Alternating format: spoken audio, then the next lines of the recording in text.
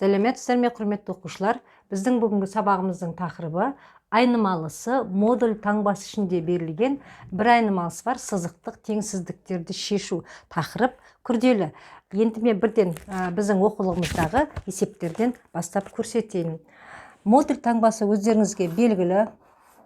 X модульдің ішінде кіші не тең 5-тен. Мінекей модуль таңбасы айнымалысы X айнымалы модульдің таңбасының ішінде тұр, берілген теңсіздіктерді шешу.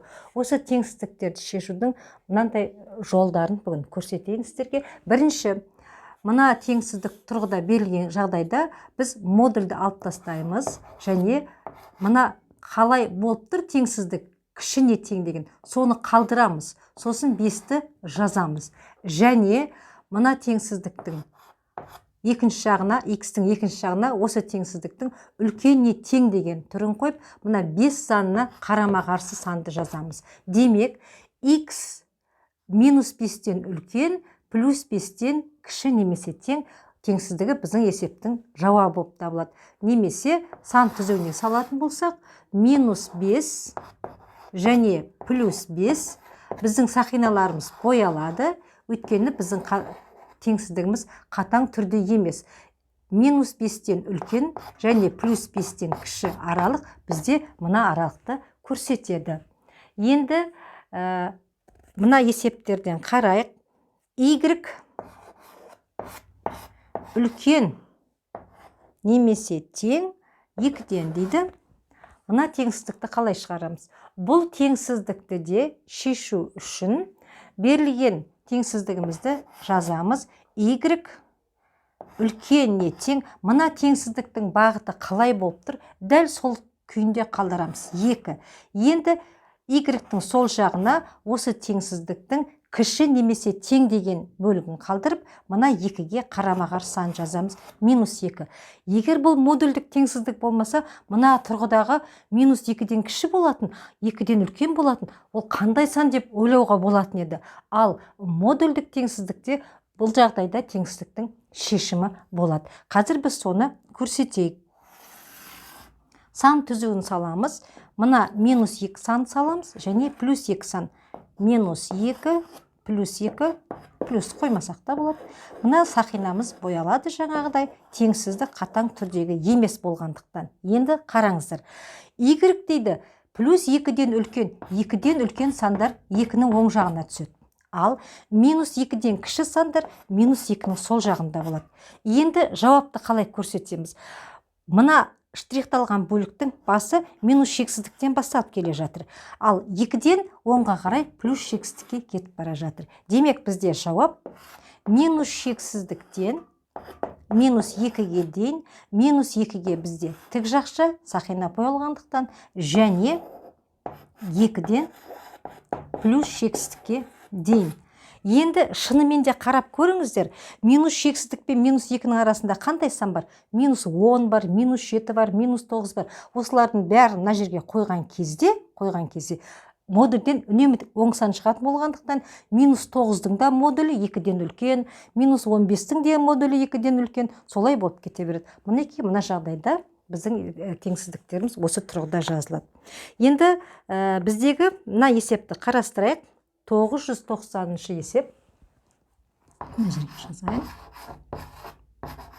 990 есепте бізде былай деп беріпті. X минус 4 модуль таңбасының ішінде енді бір ғана X айнымалы емес, X минус 4 үлкен 3-тен деп беріп тұр.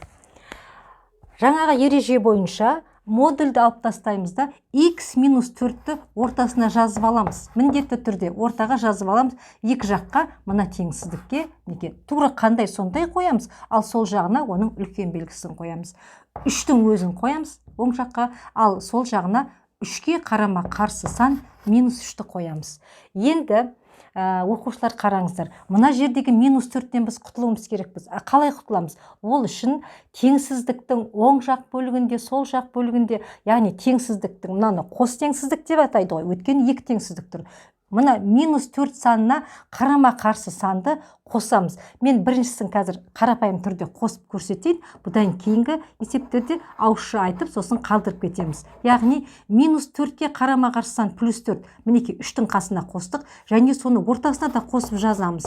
X -4 +4. Мінекей +4-ті қостық. Және сол жаққа да жазамыз. -3 +4. Мінекей 4 саны 3 жерге қосылды. Енді -4 пен +4 бізде жойылып кетеді. Сонда ортада бізде тек қана x қалу керек. Сол мақсатта ғана біз мына санға қарама қарсы санды қосып отырмыз.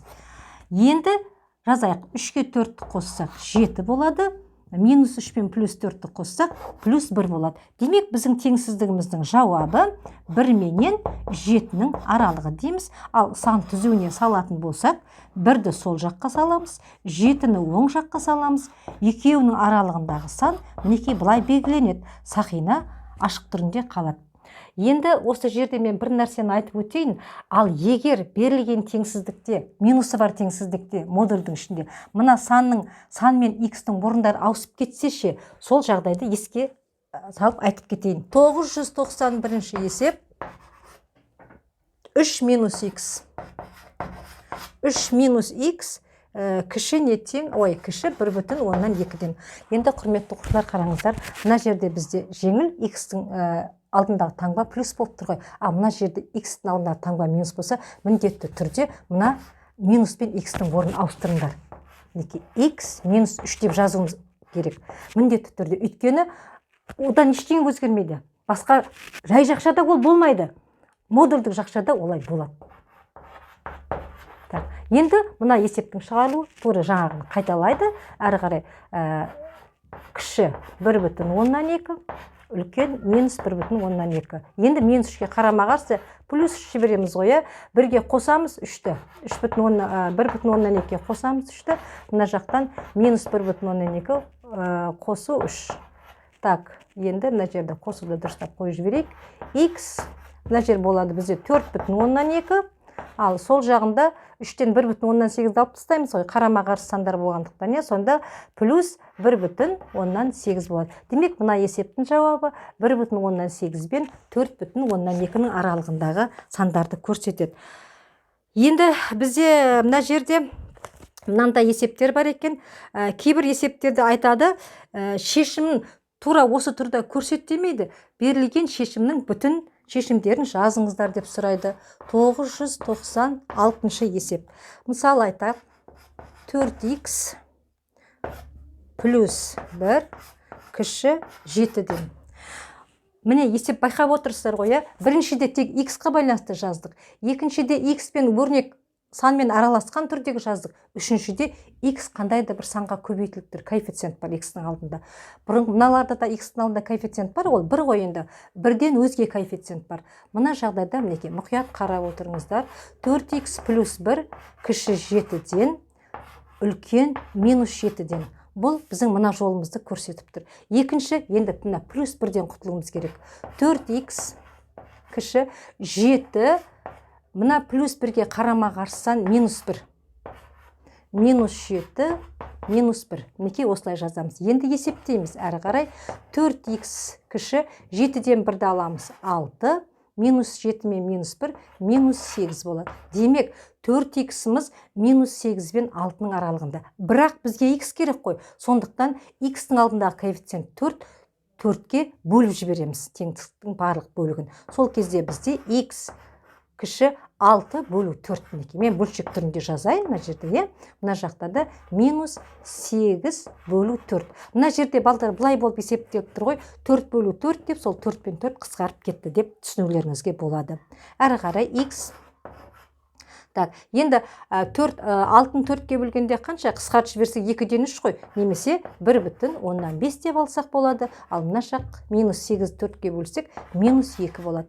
Демек, біздің теңсіздіктің жауабы -2 менен 1/5-тің аралығы. Неке мына аралықта болады.